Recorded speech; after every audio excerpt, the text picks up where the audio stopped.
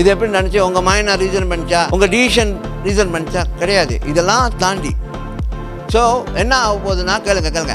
The good news is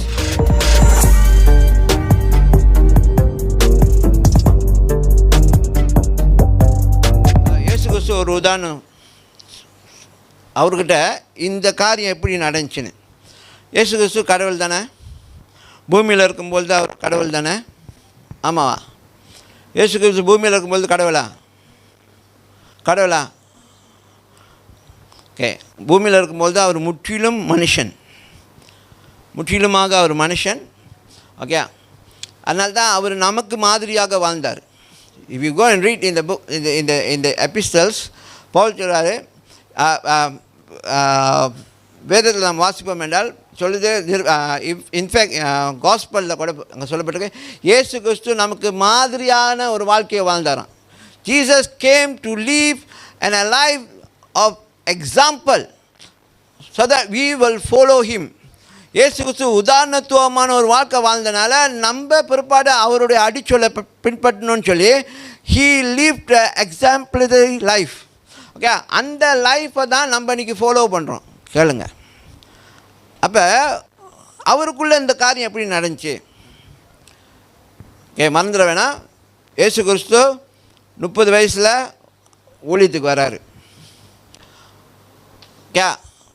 தண்ணி ஞானஸ்நானம் எடுக்கிறாரு, பரிசுத்த ஆவி வந்து இறங்குறாரு. ஓகே, இதெல்லாம் நடந்து பிற்பாடு அவர் சோதிக்கப்படுறாரு, எல்லாம் முடிஞ்சு. ஓகே, மறந்துடாதீங்க, இதெல்லாம் ஃபிசிக்கலாக அவருக்கு நடக்குது. as a physical, as a man. Okay, ஒரு சமயம் வரி கட்டணும், வரி வசூல் பண்ணுறாங்க. இந்த வரி வந்து என்னென்னா டெம்பிளோட வரி. அன்றைக்கி ஜெருசலம் டெம்பிள் இருந்துச்சுல, அந்த டெம்பிளுக்கு வரி கொடுக்கணும், டேக்ஸ் கொடுக்கணும். அப்போ வந்து கேட்குறாங்க, வரி வசூல் பண்ணுறவங்க வந்துட்டாங்க, டேக்ஸ் கலெக்டர் வந்துட்டு, இந்த மாதிரி நீங்கள் இன்னும் வரி செலுத்தலை அப்படின்னு. யார்கிட்ட கேட்குறாங்க? இயேசுக்கிட்ட. கேளுங்க, இயேசுகிட்ட வந்து கேட்குறாங்க, நீங்கள் இன்னும் டெம்பிளோட ஆலயத்தோட வரி செலுத்தலை அப்படின்னு. ஸோ இயேசு கிறிஸ்து என்ன சொன்னாதுங்களா? நான் அதை ஷார்ட்டாக சுருக்கமாக சொல்லி முடிக்கிறேன். இயேசு கிறிஸ்து என்ன சொன்னால், பேதுருட்டு சொன்னால், பேதுருவை போ கடலுக்கு, கடலில் போயிட்டு மீன் பிடி, நீ பிடிக்கிற மீனில்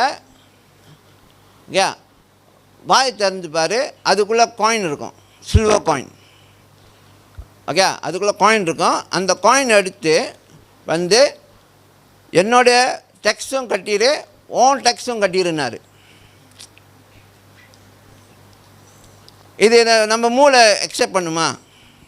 கொஞ்ச நேரம் நீங்கள் யோசிங்க.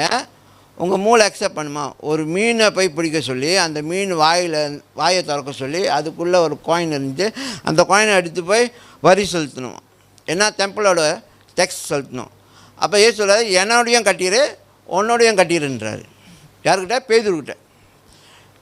இதெல்லாம் நம்ம மைண்டில் பூருமா? சரி, நீங்கள் சில காரியத்தை அப்படி தான் செய்ய போகிறீங்க. கேளுங்க, சில பேருடைய ஜாமான் காண போயிடும். நீங்கள் வந்து அவங்கள்ட்ட சொல்ல பாருங்க, நீ போய் அந்த இடத்த போய் திறந்து பாரு, அங்கே அந்த ஜாமான் இருக்குன்னு. ஆனால் நீங்கள் எங்கே இருக்கீங்க? உங்கள் வீட்டில் ஃபோனில் பேசிகிட்டு இருப்பீங்க. அவங்கள்ட்ட அவங்க வீடு எப்படி இருக்குதுன்னு தெரியாது, எத்தனை ரூம் இருக்குதுன்னு தெரியாது, அந்த இடத்துல என்ன இருக்குதுன்னு தெரியாது, எந்த மாதிரி பாத்திரம் இருக்குதுன்னு தெரியாது. ஆனால் நீங்கள் சொல்லுவீங்க, நேராக நீ போய் அந்த இடத்துல போய் பாரு, அங்கே அந்த அந்த ட்ராவரை திறந்து பாரு, அதுக்குள்ளே இருக்கும்னு சொல்லி. இது எப்படி நடந்துச்சு?